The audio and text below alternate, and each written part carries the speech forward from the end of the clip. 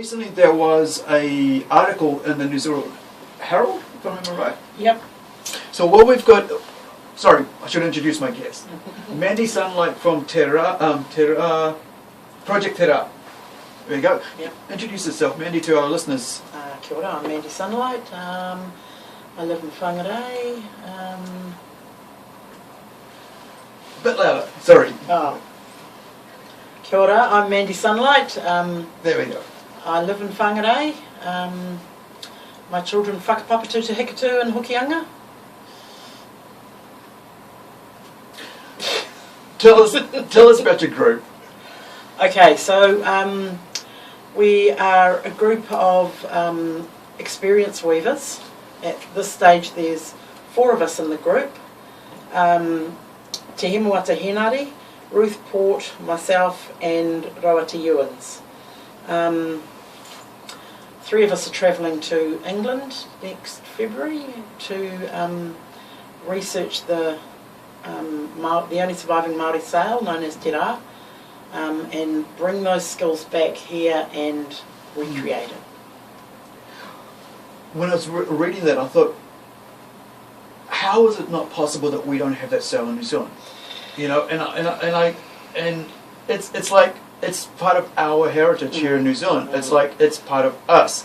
Why? And I've noticed this about a lot of things stuck in the British Museum. It's like, why does another country have the right to our taonga? Am I saying that right? Because, Yeah. right? Our treasures. Yeah. It's the most commonly asked question that people say is, why haven't we got it back here? But my response to that is, if they didn't have it, there wouldn't be one. That is true. That is true. Yeah.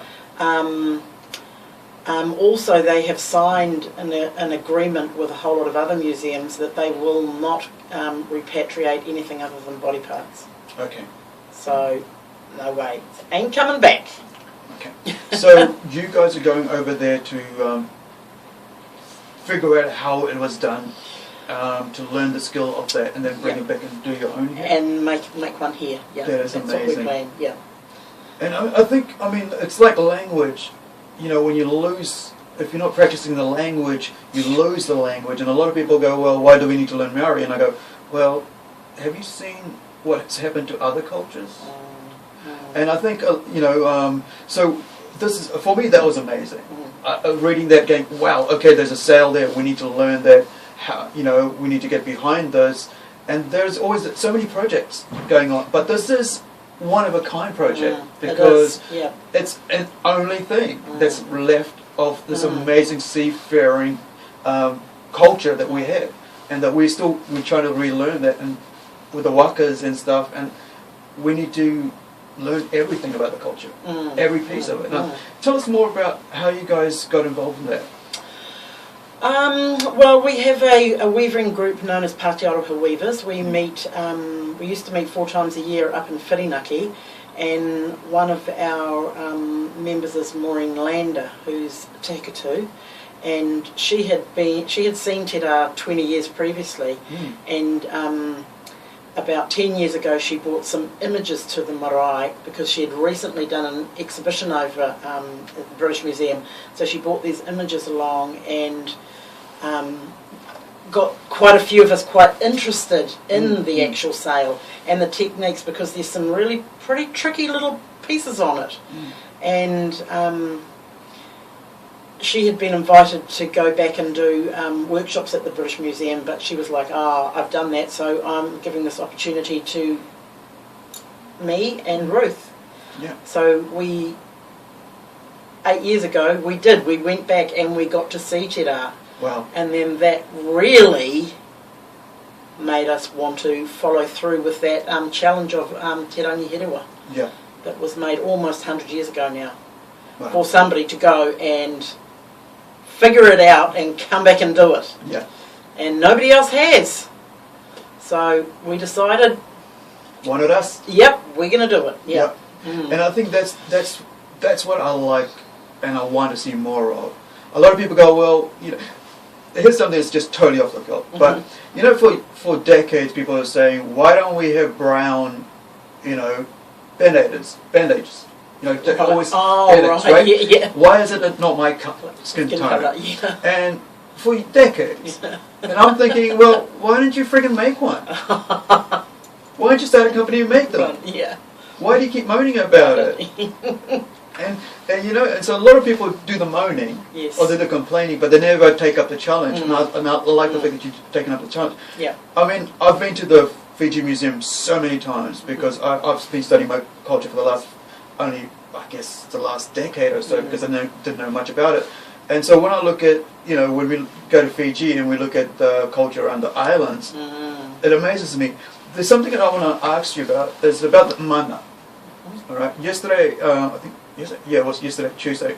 I was talking to an American friend of mine, and he was talking about the brave, right? The indigenous natives, Americans, in their culture, they have what is called honor.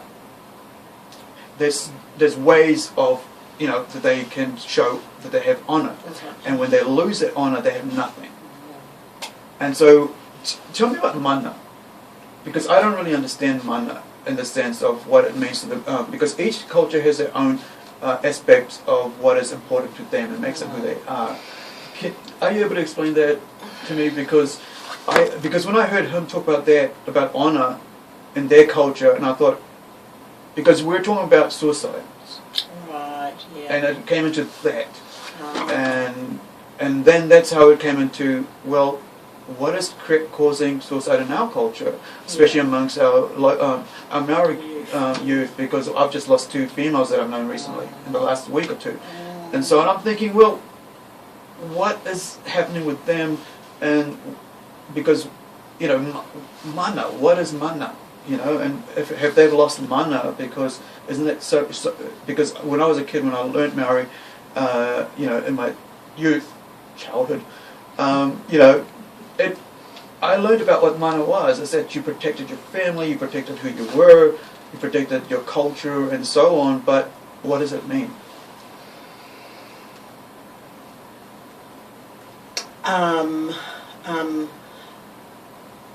I think it's to do with your self-esteem and how you see yourself, or how others see you. Yeah.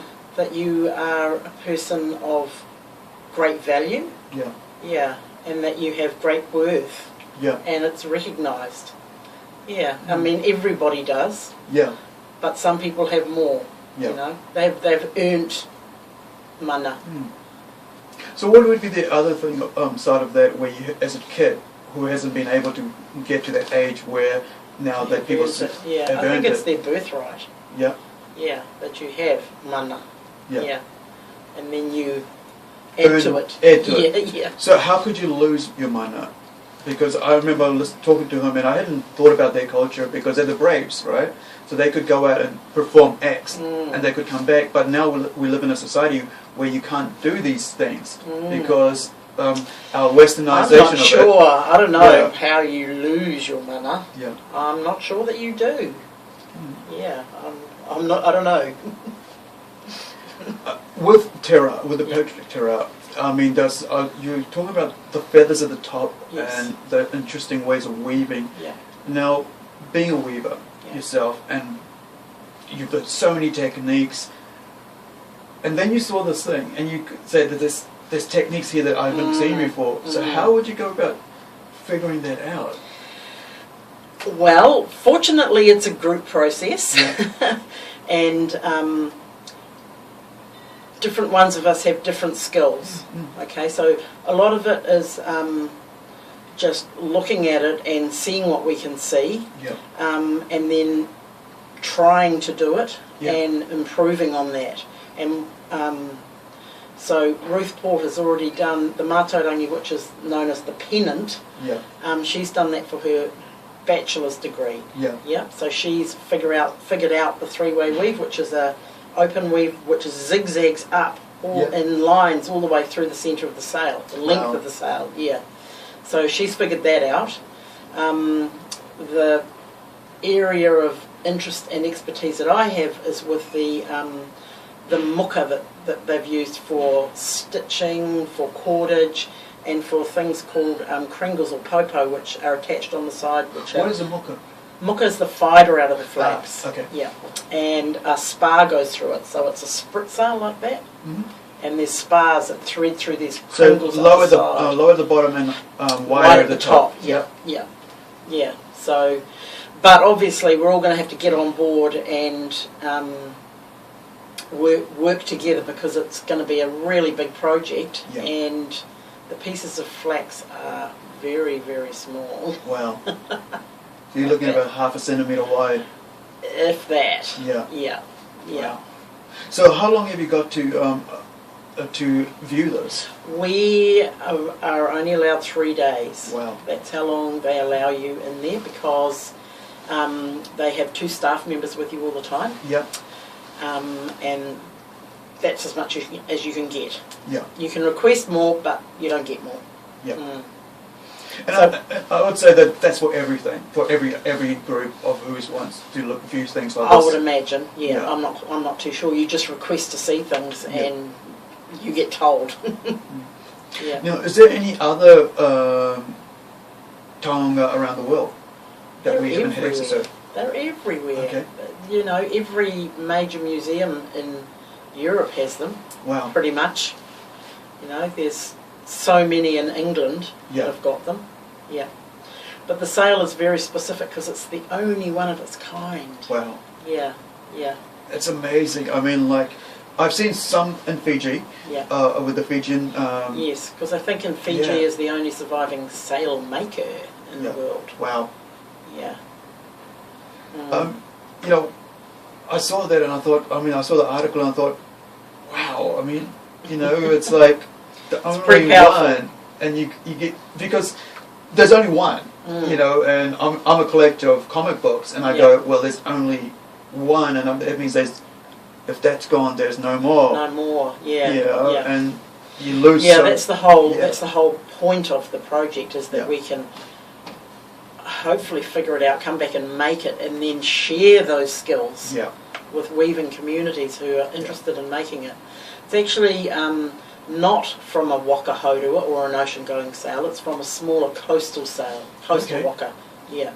So it's something that would just go around New Zealand, rather than around up and down the coastline. Yeah, rather than through the ocean.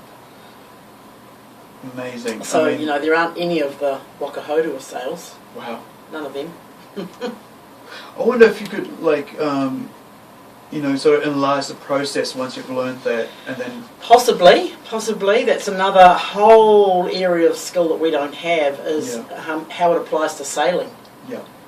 So we're only looking at it through weaver's eyes, and there's a whole lot of intricacies involved in it that relate to the sailing of the sail. Yeah, which we have yet to learn. Now, you're raising funds, and is it on FundMe or is it Pledgeme? It's on Pledgeme, yeah. Okay. Yeah. So, what's the address on there on Pledgeme? What's it called? It's called, under the project, it's called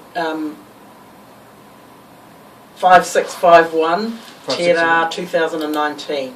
Okay, so that's 5651 Te Raa 2019. Yeah. Excellent. And the date it runs out is the 1st of December. Yeah. And if we don't get our total, we don't get any money. Wow. Yeah, so we're needing lots of support right at this moment.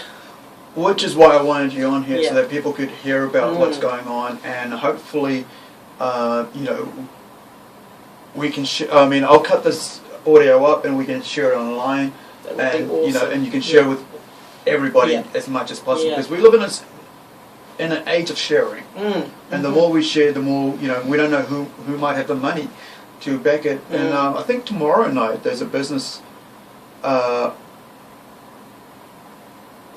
Claire Northland would know more about it, but tomorrow night there is some sort of what is that when people? It's in my head when people give money to arts. Ah, okay. Yeah, I've just went down and saw Lenny yesterday. Yeah.